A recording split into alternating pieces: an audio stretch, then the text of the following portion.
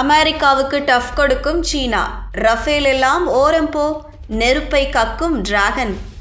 தொழில்நுட்ப விஷயங்களில் அமெரிக்காவுக்கு சீனா நேரடி போட்டியாக உருவெடுத்திருக்கிறது.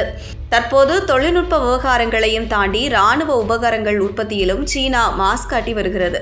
அதாவது போர் விமானங்களை மலிவான விலையில் உயர் தொழில்நுட்பத்துடன் அமெரிக்க விமானங்களையும் மிஞ்சும் அளவுக்கு தரமான விமானத்தை சீனா களமிறக்கியுள்ளது.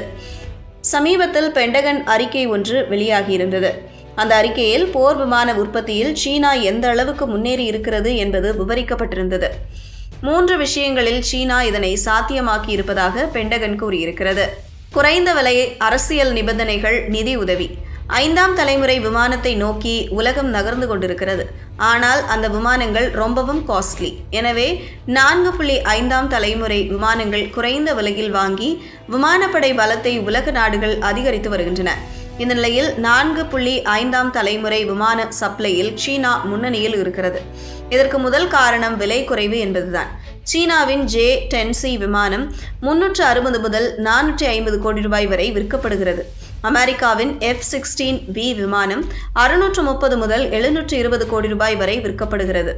பிரான்சின் ரஃபேல் விமானம் 810 முதல் 990 கோடி ரூபாய் வரை விற்கப்படுகிறது. ஐரோப்பாவின் தைபோன் விமானம் 900 முதல் 1080 கோடி ரூபாய் வரை விற்கப்படுகிறது. இந்த விலை குறைவுக்கு முக்கிய காரணம் சீனாவில் உழைப்பு சக்தி மிக குறைந்த விலையில் கிடைக்கிறது என்பதால்தான். அதேபோல உதிரி பாகங்களின் விலையும் குறைவு. மேலும் இந்த விமானத்தின் முக்கிய பாகங்கள் அரசு நிறுவனங்களால் உருவாக்கப்படுகிறது. மற்றொரு காரணம் சீன அரசு வழங்கும் மானியம்தான். பாதுகாப்பு பொருட்களை பொறுத்தவரை லாபம் பார்ப்பதை விட தனது பொருட்கள் சர்வதேச மார்க்கெட்டில் நிலைத்து இருக்க வேண்டும் என்றுதான் சீனா விரும்புகிறது. இதைவிட முக்கியமான விஷயம், சீனா தனது ஆராய்ச்சிக்கு அதிக நிதியை ஒதுக்குகிறது. எனவே புதிய கண்டுபிடிப்புகள் உருவாகின்றன. இதெல்லாம் விமானத்தின் விலையை குறைத்துள்ளன.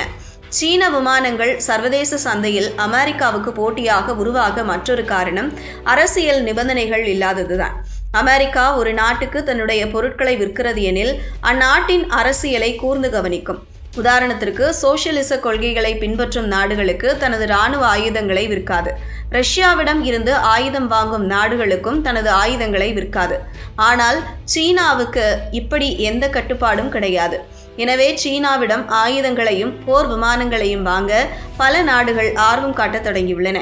குறிப்பாக பொருளாதார ரீதியில் பின்தங்கிய, அதே நேரம் மேற்கத்திய நாடுகளிடம் உறவுகள் சுமூகமாக இல்லாத நாடுகளுக்கு சீனாவின் தயாரிப்புகள் வரப்பிரசாதமாகும். பாகிஸ்தானை எடுத்துக்கொள்ளுங்கள். நாம் ரஃபேல் விமானங்களை வாங்குவதால் சீனாவிடமிருந்து பாகிஸ்தான் J-10C விமானத்தை வாங்குகிறது.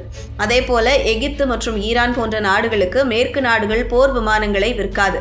எனவே சீனாவின் விமானத்தை இந்நாடுகள் வாங்க திட்டமிட்டு வருகின்றன.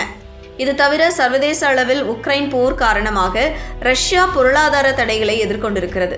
எனவே ஏற்கனவே பெறப்பட்ட ஆர்டர்களை சரியான நேரத்திற்கு விநியோகம் செய்ய முடியாமல் தவித்து வருகிறது. இந்த சான்ஸை சீனா பயன்படுத்தி கொண்டு தனது விற்பனையை அதிகரித்திருக்கிறது.